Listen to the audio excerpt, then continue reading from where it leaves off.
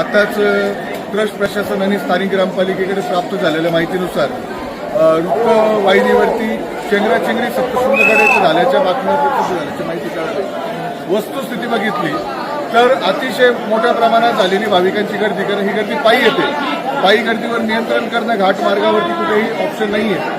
पायी पालखीतनं दिंडीतनं भाविक येत असतात आणि भाविक गावात दाखल झाल्यानंतर जी बॅरिगेटिंग हलक्या स्वरूपात बांधलेली होती गर्दी येईपर्यंत, ती बॅरिगेटिंगच्या बांधलेल्या दोऱ्या निसटल्या आणि त्या निसटल्यामुळे भाविकांची ड्रिलिंगची तिथे गर्दी झाली। कुठलीही चेंगराचेंगरी झालेली नाहीये।